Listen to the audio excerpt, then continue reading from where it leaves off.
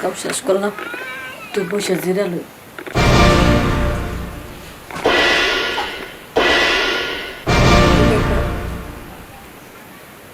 একটা কাজ এনে মাথা দেখলাম,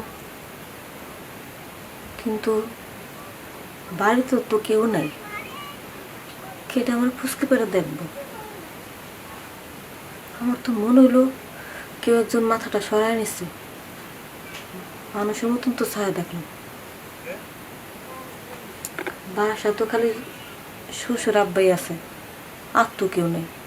আর শ্বশুর আব্বা কি আর আমার এই গর্বসানি এগুলো দেখবো নাকি? হয়তো হ্যাঁ রুমে আছে।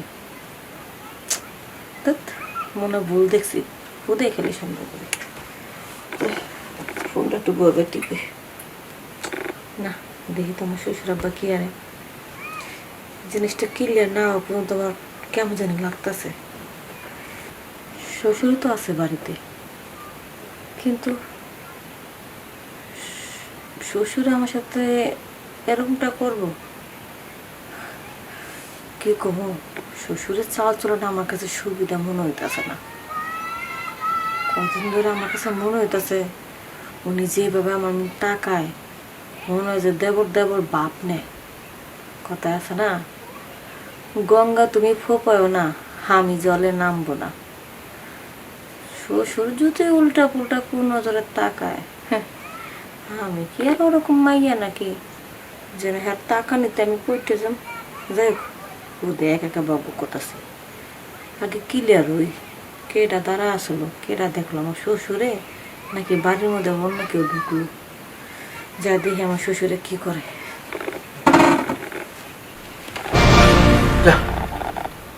খেয়ে গেলাম মনে হয়। বৌমা এরকম জিনিস দেখলে কার মাথা ঠিক থাকে? আমার তো মাথা এখন বন বন করতেছে। বাবা রে বাবা, কি তার অঙ্গ, কি তার উপরে মশার ভঙ্গি ভাঙ্গা, চোখে ভাসতেছে আমার। এই জিনিসটাকে যদি আমি পেতাম, কি করে বলবো? ছেলের বউ বলতে আমার হবেই। এই জিনিসটা যেভাবে হোক আমার চাই, আমার হজম করতে হবে। ঘরের কাজ কাম তো সব শেষ করলো, এখন তো যাবে গোসলখানায়। যাই, পুরা অঙ্গটা দেখবো কিভাবে গোসল করে। যাই, দেরি করবো না।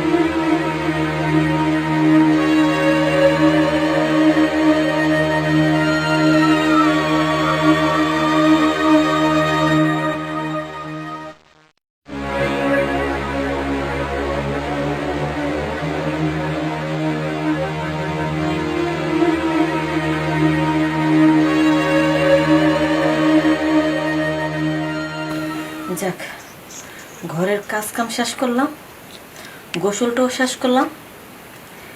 এখন একা একা খাওয়া দাওয়া করতে ভালো লাগবো না। সবাই যখন খাওয়া দাওয়া করবো তখন একসাথে খাওয়া দাওয়া করবো। এখন একটু গোসল টোসল করে এসি না, ফ্রেশ হয়েছি, একটু রেস্ট নিই, পরে খাওয়া দাওয়া করবো।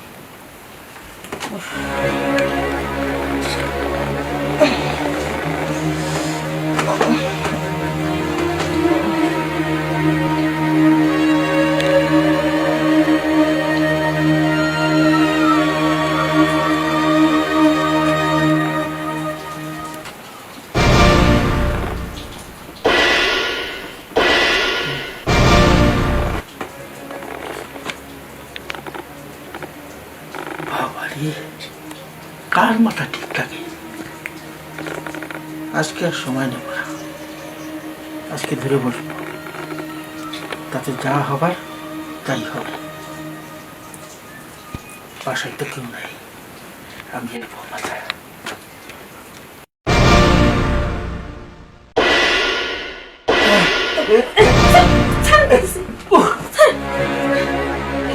ছি, ছি, ছি, ছি। আপনার এত বড় সাহস, ছেলের বউর সাথে এইসব! আপনাকে শ্বশুর বলতে আমার ঘৃণা হচ্ছে। আস্তে কথা বলো, আস্তে কথা বলো। চুপ করুন। আপনি কি মনে করছেন আপনার আমার শ্বশুর? আমি না আপনার ছেলের বউ। আপনি কি করে পারলেন যে আমার সাথে এত বড় একটা বেদবি করার চেষ্টা? বোমা, তুমি হয়তো আমাকে চিনো না, অত্র এলাকার লোক কিন্তু আমাকে ভালো করে চিনে। আমি খারাপের খারাপ, আবার ভালোর ভালো। আমি যেটা একবার হাসিল করতে চাই সেটা কিন্তু আমি একবার হাসিল করে ছাড়ি। তোমাকে আমার পছন্দ হয়েছে, কোথায় ছেলের বউ কিসের বউ সেটা আমার জানার বিষয় না। আমি তোমাকে হাসিল করেই ছাড়বো, দরকার হলে আমি মার্ডার করব। কি? হ্যাঁ। আপনি মার্ডার করবেন? আপনি মনে জানেন নাম গো বংশ ব্যাপারে, আমিও কিন্তু খচ্চর বংশের মাইয়া। আপনার ওই অন্ডকোষ দুইটা আছে না, এমন করে ধরুন, একবার টান দিয়ে ছিঁড়া ফেলেন।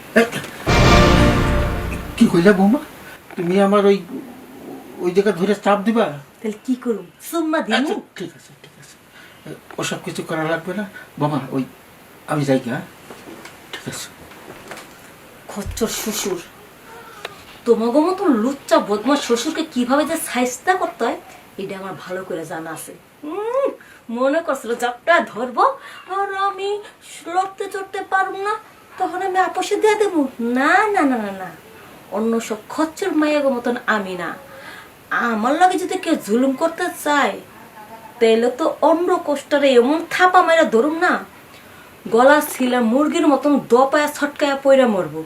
যাক, এবার মনে ভয় পাইছে তাই কিছু কইলাম না। ব্যাপারটা আমার জামাইরে আর জানতে দেব না, কারণ যেহেতু ভয় পাইছে আর কখনো আমার দিকে নজর দেব না। এখন মনে একটু শান্তি মতো ঘুমিতে পারবো।